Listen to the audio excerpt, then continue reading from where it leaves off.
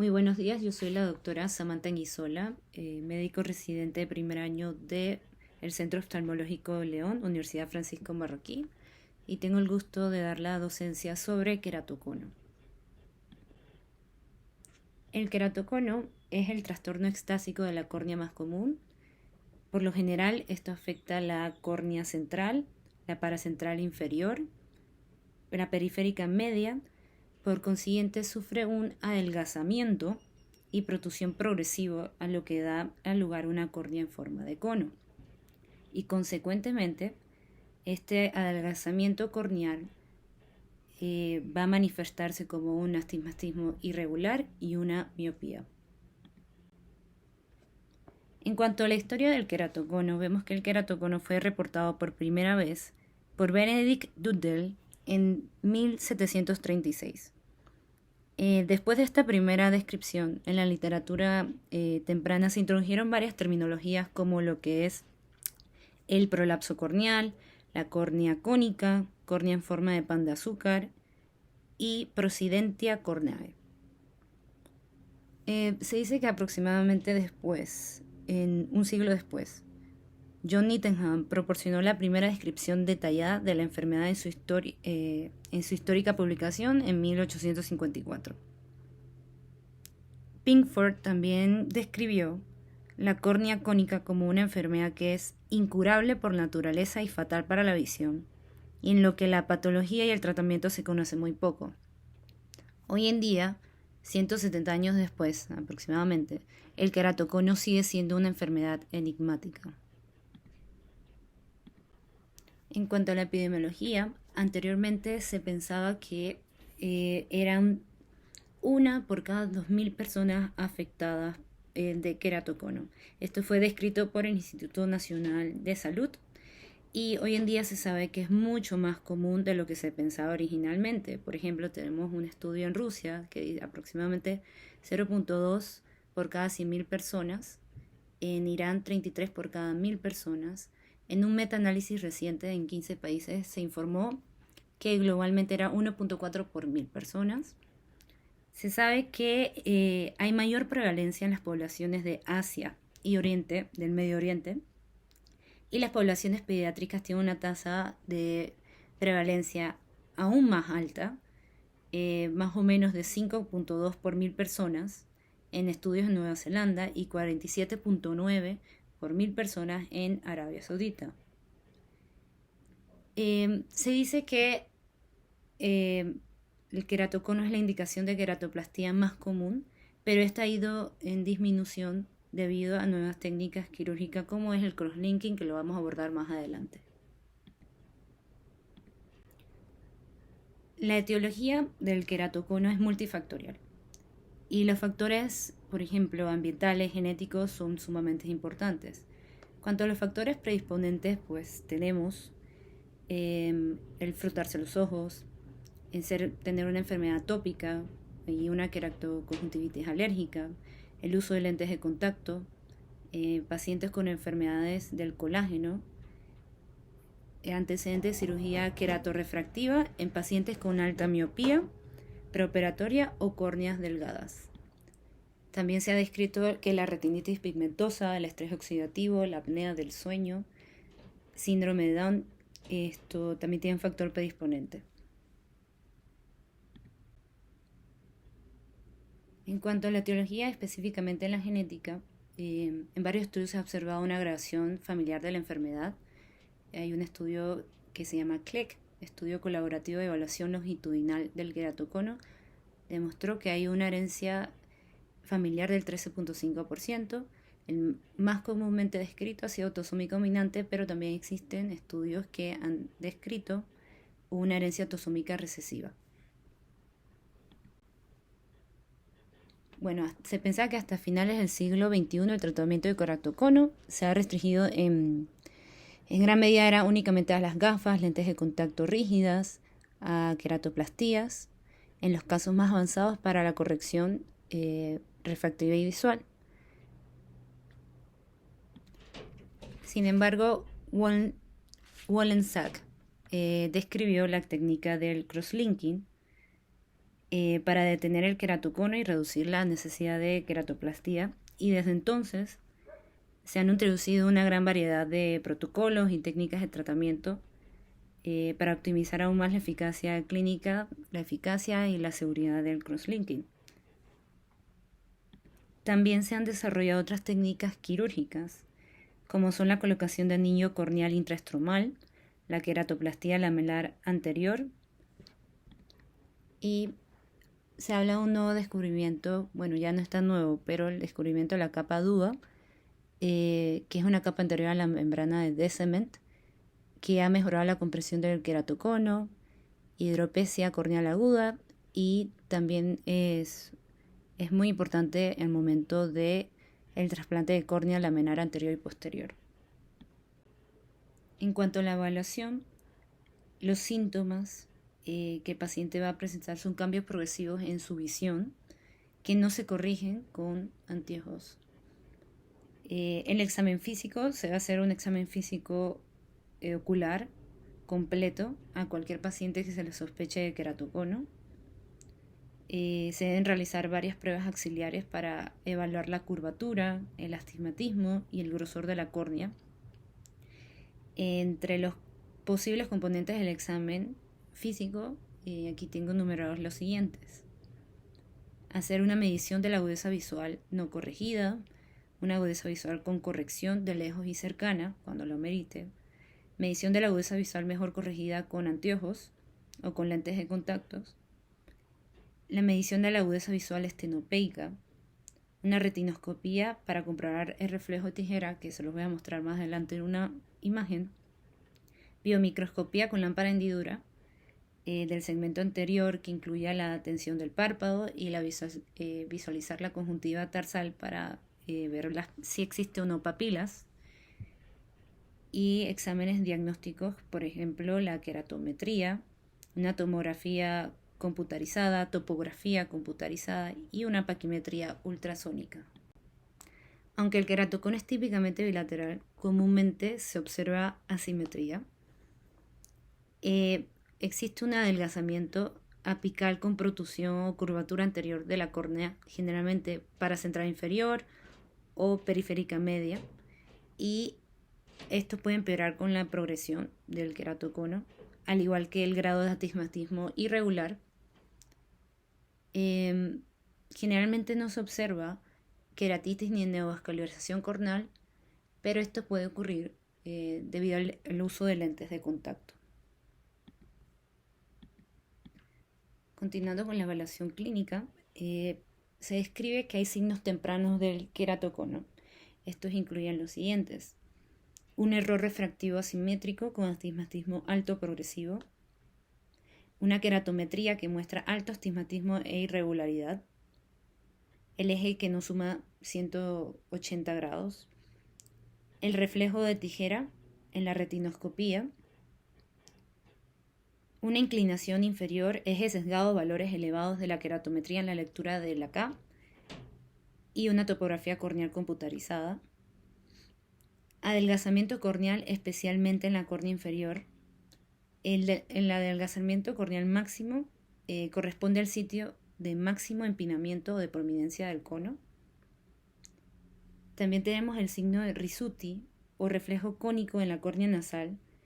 Esto se produce cuando se ilumina con la lámpara hendidura, con la luz, desde el lado temporal. Tenemos aquí, como les había mencionado anteriormente, cuando uno ilumina con una retinoscopía en el reflejo rojo, se puede visualizar esta mancha oscura en el centro y la sombra da una forma de tijeras. También un signo temprano del queratocono es el anillo de Fleischer, que es un depósito de hierro que suele estar presente dentro del epitelio alrededor de la base del cono. Por eso se llama anillo. Es de color marrón y se visualiza mejor con un filtro azul cobalto, como tenemos en la imagen. Y también podemos ver las estrías de Vogt. Estas estrías son finas, son aproximadamente paralelas, verticales en el estroma, y por lo general desaparecen al aplicar presión firme sobre el globo ocular y desaparecen cuando se suspende la presión. Entonces, en cuanto a los signos tardíos, tenemos el primero, les puse aquí en la imagen, el signo de Munson. Es un signo inespecífico de la etapa tardía, pero implica una desviación inferior del contorno del párpado al mirar hacia abajo. También está, como se muestra en la imagen, el hidrops corneal o hidropesia aguda. Es una aparición repentina de edema corneal que es el resultado de un desgarro de la membrana de Descemet. Y generalmente se observa en etapas tardías de la enfermedad del queratocono. Factor de riesgo para estos incluyen alergia, frotarse los ojos. También es muy común en pacientes con síndrome de Down y describe la literatura que una perforación en estos casos de queratocono es rara. También se puede observar en los signos tardíos de queratocono cicatrización estromal y roturas en la membrana de Bowman. Bueno, en cuanto al diagnóstico, se basa en antecedentes de refracción cambiante, una visión deficiente a pesar de la mejor corrección con gafas, el reflejo de tijera en la retinoscopía, anomalías en la queratometría, en la topografía corneal y tomografía corneal, que vayan asociadas con el adelgazamiento corneal y empinamiento inferior o el cono inferior. Estos hallazgos se pueden observar en la lámpara de hendidura, como mencioné anteriormente. Cuanto al diagnóstico diferencial, tenemos la degeneración marginal pelúcida, el queratoglobo, deformación corneal inducida por lentes de contacto y el tratamiento con láser refractivo de extasia corneal. En cuanto a los hallazgos topográficos atribuidos a través de las imágenes basadas en disco de Plácido y óculos Pentcam, incluyen los siguientes: aumento de la inclinación general, mayor de 47.20 dioptrías, protuberancia inferior, especialmente cuando coincide con una elevación anormal y o el adelgazamiento inferior normal, un aplanamiento superior. Vamos a ver también un aumento de la relación inferior-superior mayor a 1.2, ya se considera significativo. La inclinación de los ejes radiales mayor a 21 grados se considera sugestiva de queratocono, mientras que una pajarita ortogonal es típica del astigmatismo regular, aunque comenta la literatura que las simetrías de la pajarita sin sesgo podría atribuirse a un ápice descentrado y por lo tanto no es patognomónica de queratocono. Y este patrón de pajaritas finalmente se pierde a medida que avanza la enfermedad. Por lo tanto es mejor no confiar únicamente en el mapa de la potencia al evaluar el contorno corneal. En cuanto a los hallazgos tomográficos obtenidos con los dispositivos de exploración de hendidura, en las imágenes de tomografía de coherencia óptica, tenemos islas aisladas de elevación anterior y posterior. La elevación se dice que es relativa a una esfera de mejor ajuste generada por la computadora, colocada detrás de la superficie anterior o posterior. También tenemos una elevación posterior asintomática, un signo temprano de queratocono subclínico. El adelgazamiento normal se dice que es menor de 500 micromicras, lo que indica ectasia, especialmente si coincide con terrenos de elevación. La diferencia inferior-superior mayor de 30 micromicras de espesor en el anillo de 5 milímetros, alrededor de la fijación de diferencia de mayores 30 micromicras, entre los dos ojos en la lectura paquimétrica más fina. El descentrado de la parte más delgada de la córnea en un mapa de paquimetría. Esto por lo general, la córnea es más delgada, está ubicada en el centro. El mayor riesgo de ectasia detectado al comparar la diferencia entre el estándar y los mapas de elevación interior y posterior y mapas en los que se determina la esfera de mejor ajuste minado, excluyendo un área de 4 milímetros alrededor de la córnea más delgada. Y por último tenemos el cambio en el espesor corneal evaluado desde el área de paquimetría mínima hasta el limbo. Esto ocurre más dramáticamente con los ojos con queratocono en comparación con ojos sin queratocono. También el OCT del segmento anterior se utiliza para mapear el espesor del epitelio corneal, para diagnósticos tempranos y seguimiento del queratocono. Como sabemos, el epitelio corneal normal es más grueso centralmente y más delgado superiormente, mientras que la córnea queratocónica es más delgada en el vértice del cono, típicamente inferotemporal, y más gruesa superonasalmente. En cuanto al manejo, el objetivo del tratamiento son proporcionar agudeza visual funcional y detener los cambios en la forma de la córnea si progresan.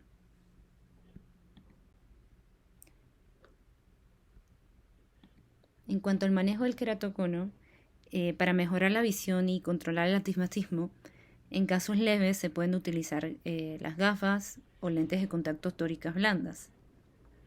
En la mayoría de los casos se necesitan lentes de contacto rígidas permeables al gas para neutralizar el astigmatismo corneal irregular.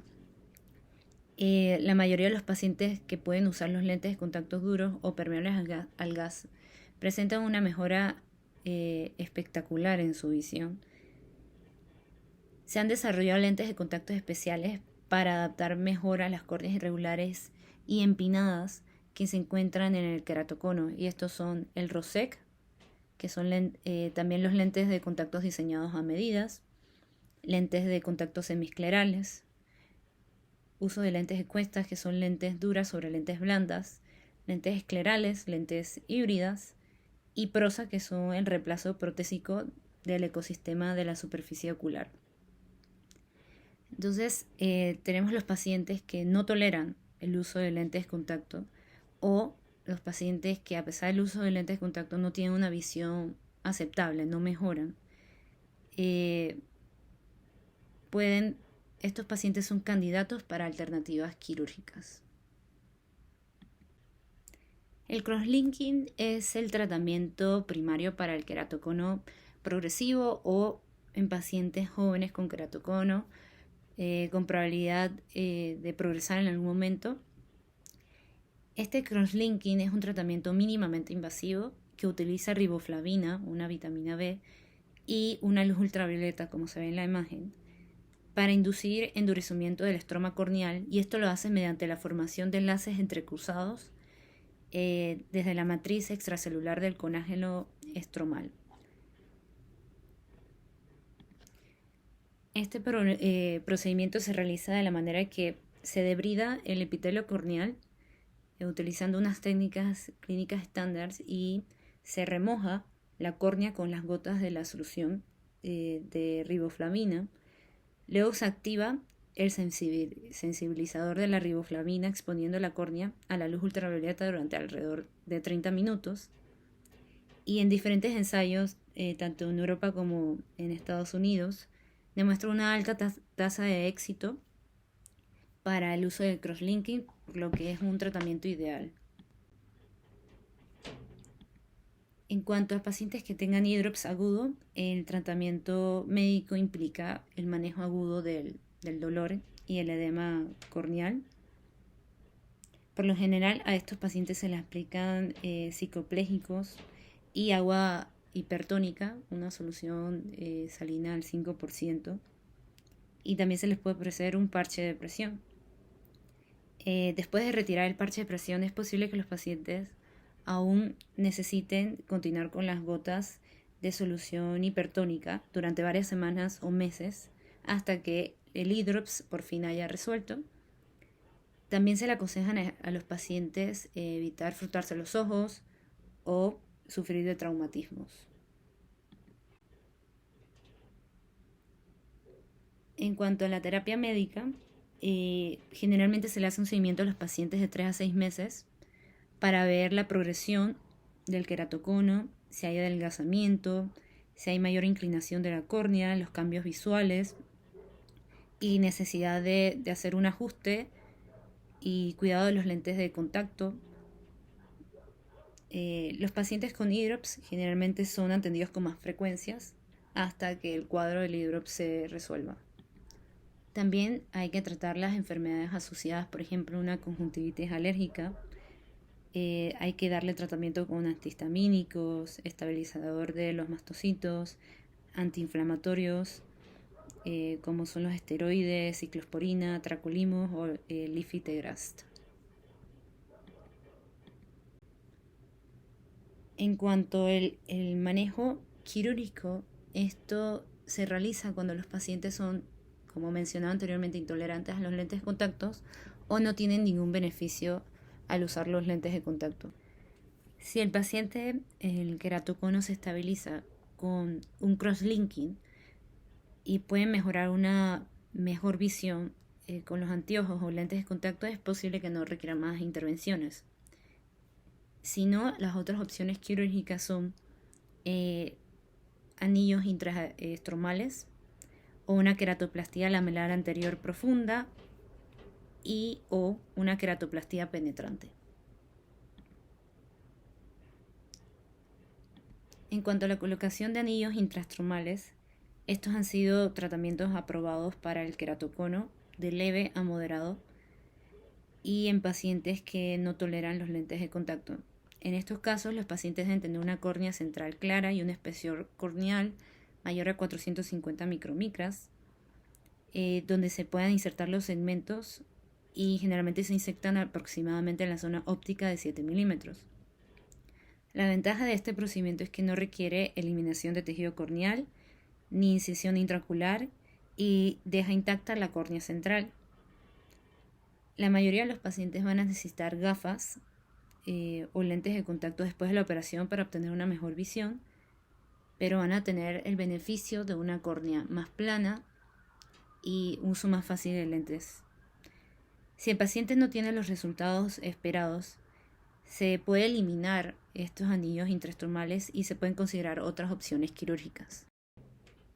En cuanto a la queratoplastía lamelar anterior profunda, esto implica el reemplazo de la córnea anterior central, dejando intacto el endotelio del paciente.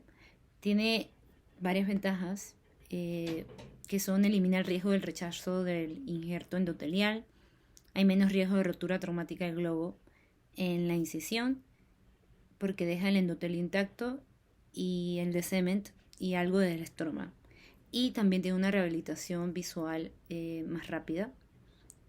Se utilizan varias técnicas, incluida la técnica de disección manual y la técnica de la burbuja grande para eliminar el estroma anterior sin tocar la capa de cement y el endotelio. Sin embargo, estos procedimientos pueden ser técnicamente desafiantes y requieren una conversión a queratoplastía penetrante. Y después de la operación existe la posibilidad de que haya una turbidez de la interfaz que provoque una disminución de la mejor agudeza visual corregida, por lo que no está claro si el astigmatismo también se trata mejor con una queratoplastía lamelar anterior profunda o una queratoplastía penetrante. Cuando las queratoplastías penetrantes tienen una alta tasa de éxito y es el tratamiento quirúrgico estándar con un largo historial de seguridad y eficacia. Los riesgos de este procedimiento incluyen, como cualquier cirugía, infección y puede también haber un rechazo de la córnea, un riesgo de ruptura traumática en el margen de la herida. Es posible que muchos pacientes después de esta intervención necesiten lentes de contacto duros o permeables al gas debido a un astigmatismo irregular residual. Cualquier tipo de procedimiento refractivo se considera una contraindicación en pacientes queratocónicos debido a la imprevisibilidad del resultado y al riesgo de provocar un astigmatismo irregular, aumentado e inestable. En cuanto al seguimiento quirúrgico, después de cualquier procedimiento quirúrgico corneal, es necesario realizar un seguimiento de los pacientes para completar la rehabilitación visual. La mayoría de estos pacientes van a requerir corrección de la visión, ya sea con anteojos o lentes de contacto, y a menudo se van a requerir lentes de contactos duros o permeables a los gas si hay altos niveles de astigmatismo. Es necesario realizar un seguimiento a todos los pacientes quirúrgicos para garantizar una cicatrización de las heridas y también hacer el cuidado de control rutinario de estos pacientes que puedan presentar otras enfermedades oculares como son el glaucoma, cataratas o afectación a la retina. También hay que darle un seguimiento a estos pacientes para ver si existe algún tipo de rechazo al injerto, que esto puede ocurrir después de la queratoplastia penetrante, y por eso es que hay que darle un seguimiento seguido y rápido para garantizar la supervivencia del injerto.